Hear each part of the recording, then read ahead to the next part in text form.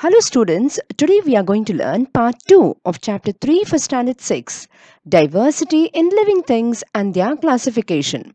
So come along, let's read, understand and enjoy it. This video was made just for you. Do remember to like, share and subscribe. Now let's understand the structure of a plant. Now, the structure of the plant is divided into two parts, one that grows above the ground and one that grows below the ground. So, the part that grows above the ground is called the shoot system, and the one that grows below the ground is called the root system. So, the root, stem, and leaves are the main parts of the plant. Now, from time to time, plants bear flowers for reproduction. That is, because of the flowers, the plants are able to reproduce, that is, produce more plants. And flowers are transformed into fruits, and fruits have seeds. And seeds give rise to new plants. We have seen that all fruits, most of the fruits, not all fruits, but most of the fruits have seeds in them, and when we plant these seeds we get a new plant. Now let's understand each part of the plant in detail. Let's begin with the roots. Now roots hold the soil firmly. It means that they are able to catch hold of the soil, so they spread out deep into the soil and catch the soil. Now why do they do that? To anchor the plant. It means that to support the plant. So when the roots spread out and they hold the soil, so the plant, that is the topmost, the shoot system of the plant, that is the stem, the leaves, the fruits, the flowers, the stem gets support and it's able to stand erect, and even if there is wind it will not fall off, or even if someone pushes it, it will not easily fall off. So that is what the roots does. The other function of the root is to absorb and transport water and nutrients from the soil.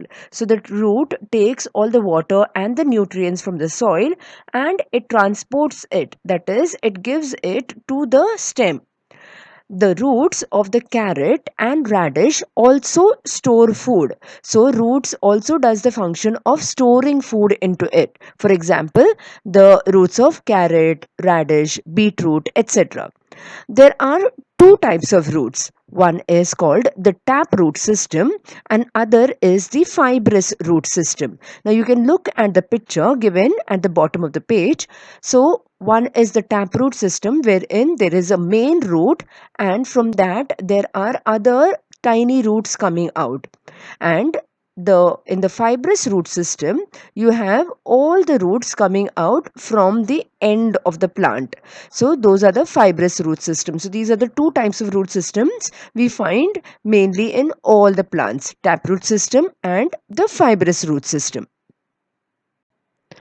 Now let's understand the stem. The stem is that part of the plant that grows above the ground. Now, the height, shape, and size of a plant depends upon the stem. We have seen plants and trees of various sizes. Some plants grow very small, some plants grow a little taller. We have seen trees that grow spread out, their branches spread out very far and wide. So, therefore, this is dependent on the stem of the plant. Now, the other function of the stem is it carries out the function of production, conduction and storage. Now production means it produces leaves, it produces branches, it produces flowers, it produces fruits. So that is the function of production. Now what does this conduction means? Conduction means it transports all the nutrients from the roots, nutrients and the water from the roots to the various parts of the plant. So that is called the conduction. And what is storage of food?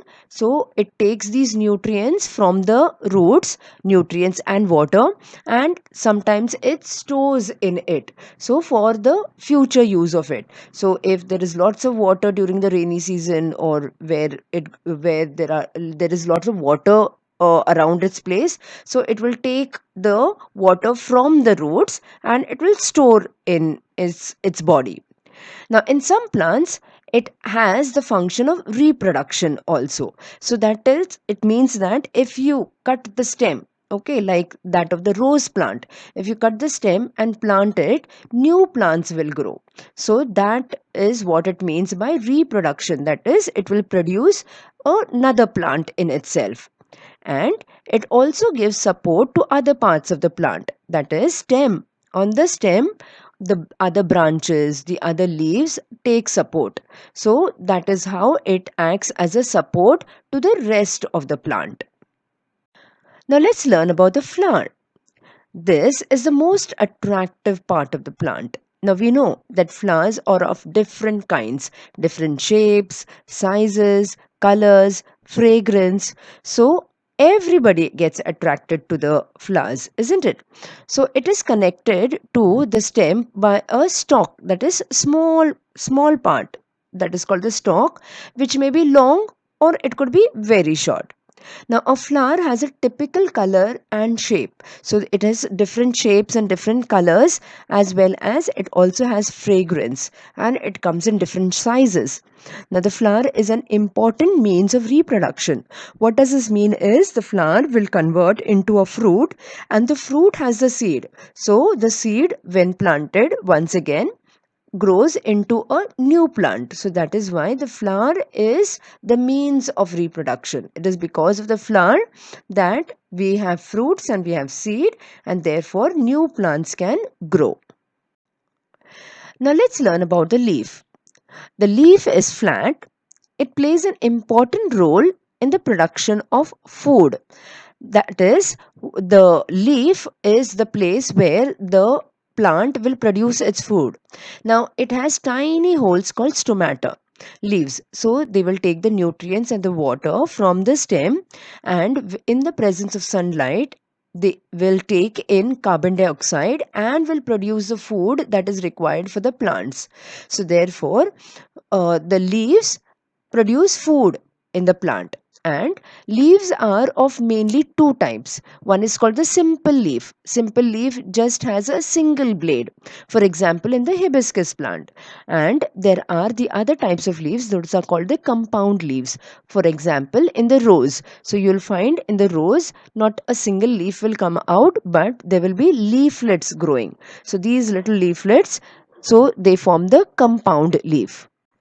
Now let's learn about the fruits. Fruits have different shapes. We have all known about fruits. We eat fruits daily. So fruits are of different shapes, colors, sizes, taste, texture. So we find fruits of different types, and fruits contain one or more seeds. Some fruits like the mango will have one seed, whereas other fruits like the watermelon will have many seeds in them. Now, the pods of beans and peas are also actually fruits. Now, we find that most of our vegetables, like the tomato, the brinjal, the ladyfinger, even the pods of beans, all type of beans, and even the pods of peas, they are actually the fruit of the tree, which we call them as vegetables and we consume them. This was end of part 2. For a complete lesson, do watch all the other parts. Solve this exercise given to you in your textbook. To check your answers for these textual exercises and for more free worksheets, please visit our website at www.jkacademypro.com.